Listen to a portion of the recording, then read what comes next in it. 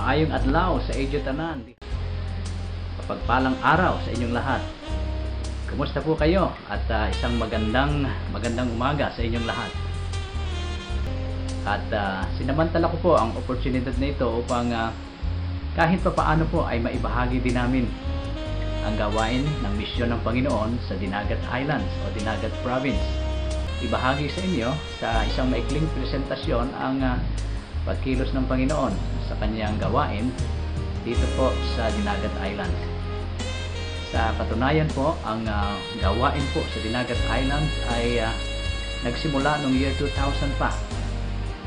Maraming taon na nakalilipas, subalit sa iba't ibang kadahilanan ito po ay nahinto.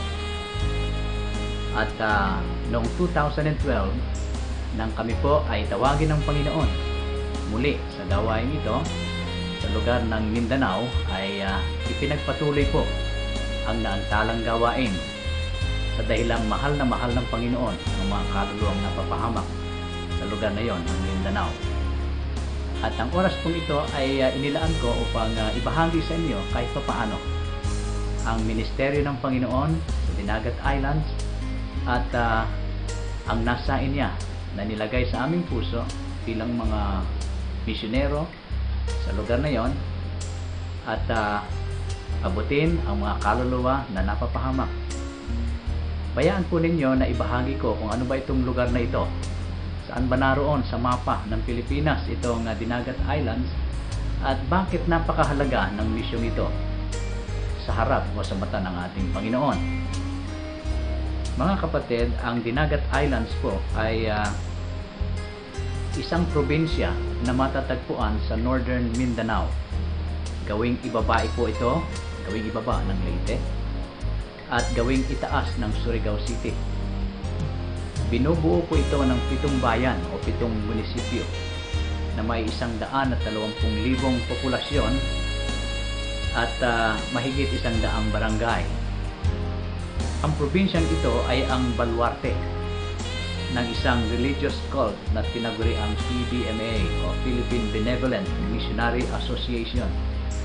Sa kasalukuyan, ang leader po ng grupong ito na dating congressman ng Dinagat Province ay isa sa most wanted criminal dahil sa kanyang kasong kinakaharap na parricide at corruption.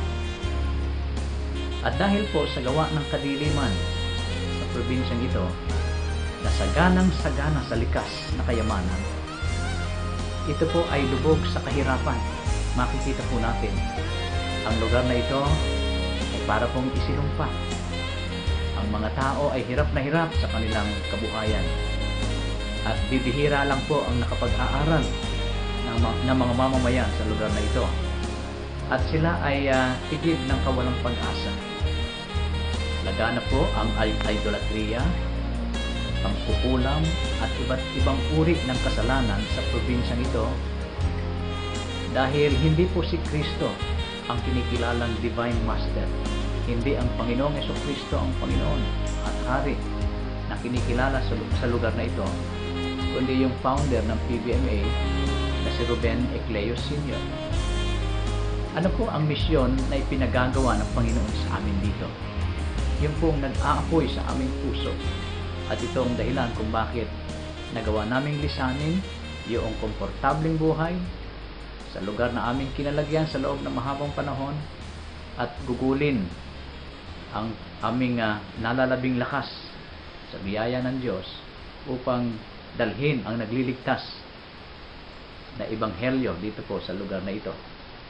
Ang misyon na nilagay po ng Panginoon sa amin ay ipaabot ang mensahe ng ebanghelyo ng kapayapaan o ebanghelyo ng kaharian ng Diyos na nagbibigay kapayapaan. At doon sa Dinagat ay gumawa ng mga alagad ng ating Panginoon, Panginoong Jesucristo, sa bawat bayan, bawat barangay. Nais din po namin na magpasimula at magparami ng mga iglesia na nagtitipon sa mga tahanan, yung pong house churches. Alam po namin na ito ang pinakamahusay na paraan, gawa ng hindi po madali na abutin ang mga taong naroon dahil sila ay kontra sa anumang grupo, anumang relihiyon na darating doon. Kaya yan po ang aming hinahangad at ipinananalangin sa Panginoon na mangyari. At kami po ay dumako sa lugar na yon upang sa karunungan ng Diyos ay maipaabot ang mensahe na nais ng Diyos ipaabot sa kanila. At bahagi po ng aming mga paraan o estratehiya ng pag-abot sa mga tao ng pag-ibig ng Panginoon ay sa pamamagitan po ng literacy o literacy program. Kami po ay magtuturo ng pagbasa, pagsulat sa mga batang maliliit at ganoon din po sa mga may edad na. Napakarami po mga tao doon na hindi halos nakatapos ng elementarya. Ang iba ay hindi rin naman nakapag-aral. Hindi na nakapag-aral. Maraming mga tao roon ay namamatay na lang sa hirap ng buhay. Kaya isa ring paraan ng aming pag-abot doon ay sa pamamagitan po ng livelihood project, through livelihood projects, na magiging paraan din naman sa biyaya ng Diyos upang kahit pa paano ay itaas-taas ang antas ng kabuhayan ng mga tao doon na maralita. At di lamang po yun, kundi kami po sa tulong at biyaya ng Diyos ay magdaraos ng medical services.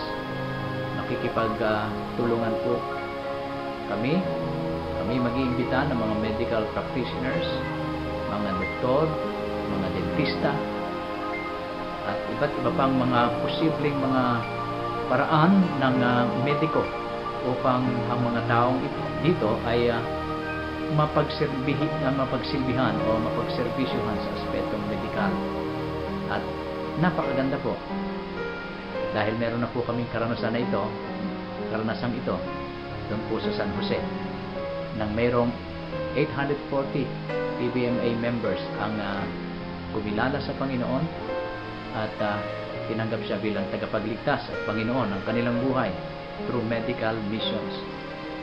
At isa rin po sa amin pong ginagawang paraan upang lumaganap ang mensahe ng pagliligtas ng ating Panginoong Jesucristo ay sa pamamagitan po ng pagsasanay.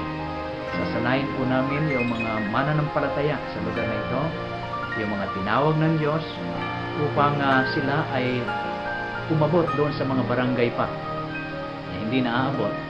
Sila po isasanayin namin sa pamamagitan po ng mobile missionary school. At ito pong missionary school na ito ay pupunta sa iba't ibang bayan sa lugar ng Dinagat, titipunin ng mga manggagawa na handang pasanay, at sila po ay susubuin sa iba't ibang lugar, sa iba't ibang barangay upang ang pag-ibig ng Diyos ay kanila pong madala sa lugar na yon, gawing alagad ng marami at magtayo po ng mga iglesia sa mga lugar na wala pa.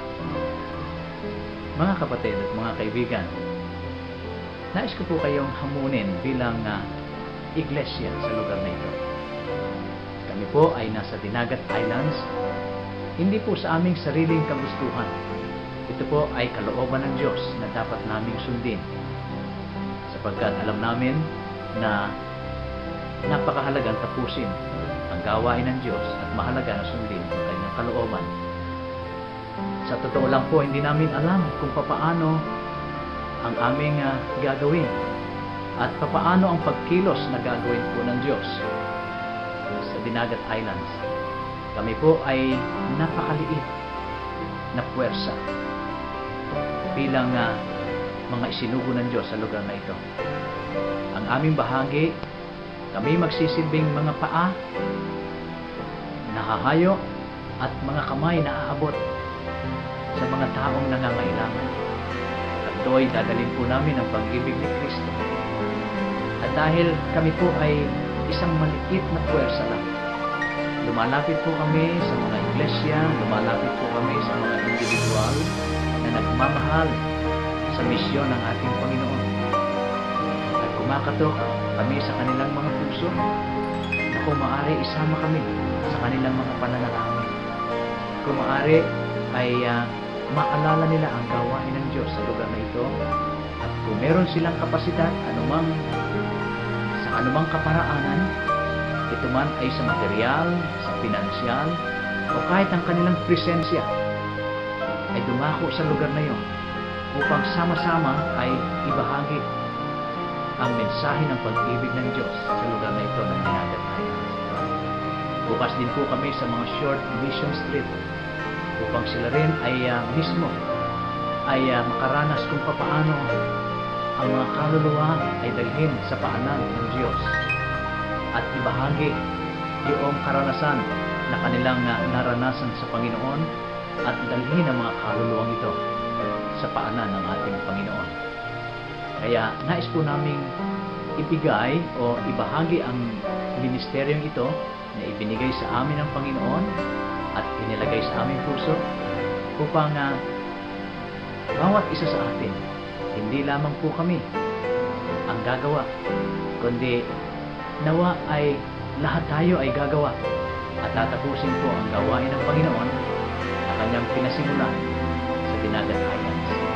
Marahil sa 2 taon o sino magsasabi, posibleng 1 taon lang ay maipaabot na po ang mensahe ng kaligtasan ng ating Panginoon at yung mahigit na 100 barangay ay matamnan ng mga iglesia na nagtitipon sa tahanan. Salamat po at isang magandang araw sa inyong lahat. Pagpalain po kayo ng ating Panginoon.